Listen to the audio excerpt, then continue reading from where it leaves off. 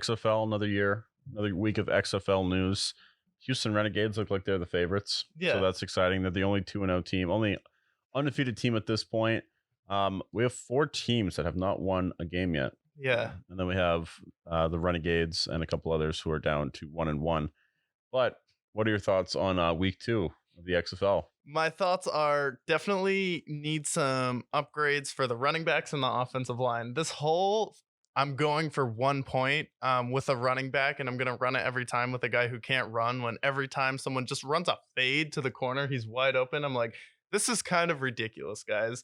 The XFL is fun. It's entertaining. I like the jerseys, but we got to figure out the offensive line situation. I get it's the second week, but you guys have to gel a little bit, and then just more consistent running games. But I feel like we'll go through some stages where we have some really fun plays, and then some of it's just a drag, and that's going to be a way to turn fans away. So they need to prioritize making the offense more fun. Feel like add some more cool creative plays, but overall, I still like where this is going. I like seeing those iconic players come back. I like seeing all the young players get a chance to really shine, and then Ben DiNucci still shining right now. Paxton Lynch, kind of woof.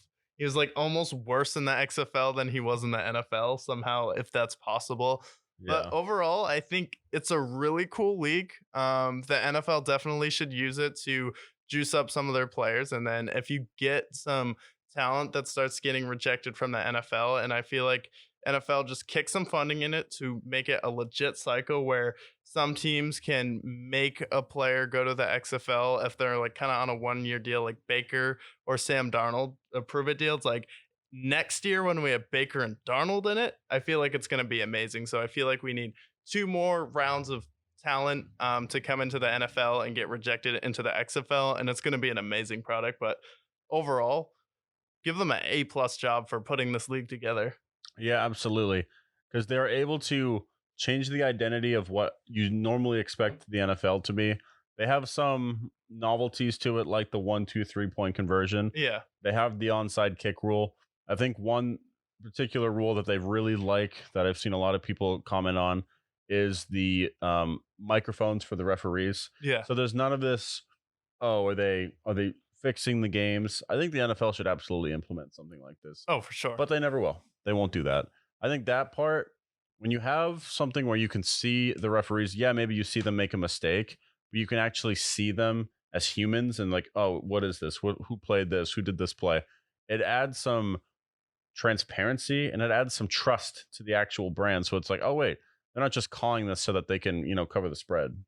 Yeah, and I think that's important for it. And another thing I really like is the coaches. And I feel like for me, for this league to take it to the next level, it's go big or go home, baby. How many eyeballs do you want to draw to this league? Are you trying to pump up a new league? Are you trying to promote talent? What's the idea? Because if you want an instant million viewers on one game, you make OJ Simpson a head coach.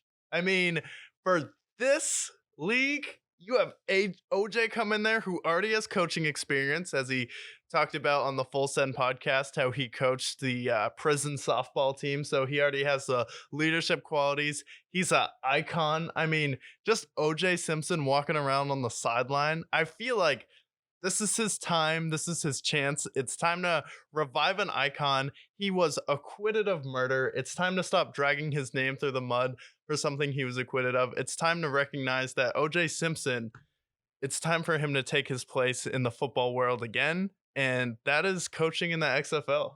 Yeah, I like that play a lot because you know how I feel about Juice. I've always found him to be a charming individual and absolutely should get a second chance.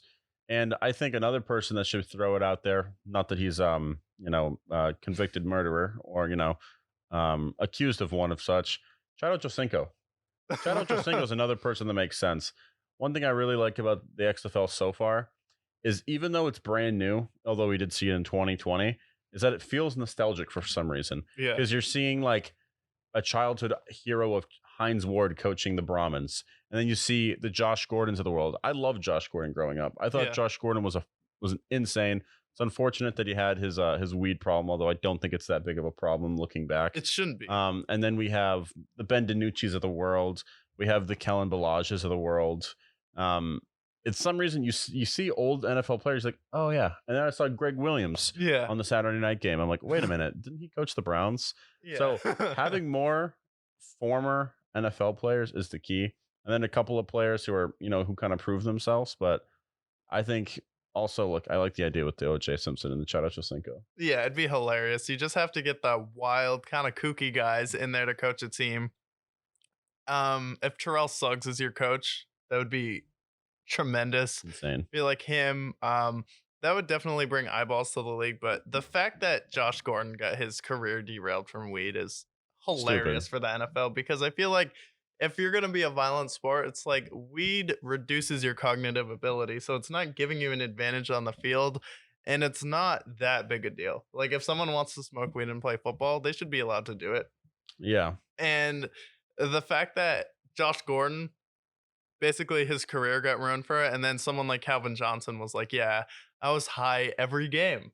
And it's like the double standard of someone like Calvin Johnson, who's allowed to play football, doesn't get drug tested, is allowed to smoke weed during games, and then admits to smoking before every single game, just to deal with the pain playing football, because he had a lot of knee issues towards the end of it. And it's it's something that's gonna make players playing. It's gonna make playing football a little bit more enjoyable, especially for the older players. Not gonna have as much joint pain or inflammation, and then someone like Josh Gordon, who was on the path to being one of the greatest receivers of all time, and then got that opportunity stripped away from him.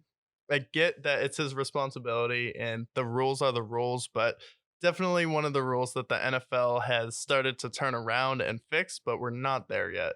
It's a rule that they have, and I get you got to follow the rules, but this rule is also stupid. Yeah. Because he got suspended indefinitely for it, which I don't think he deserved. Maybe suspension of, maybe it starts with 2 games and then it goes to 4 and then 8 and then a season. But like indefinitely, his career's over because he smoked weed. That's the dumbest shit ever. Compared to somebody who committed domestic assault and they come back in 6 games, or better yet, sexual assault. Yeah. And they come back in 11 games. It's like the double standard. It's insanity to me.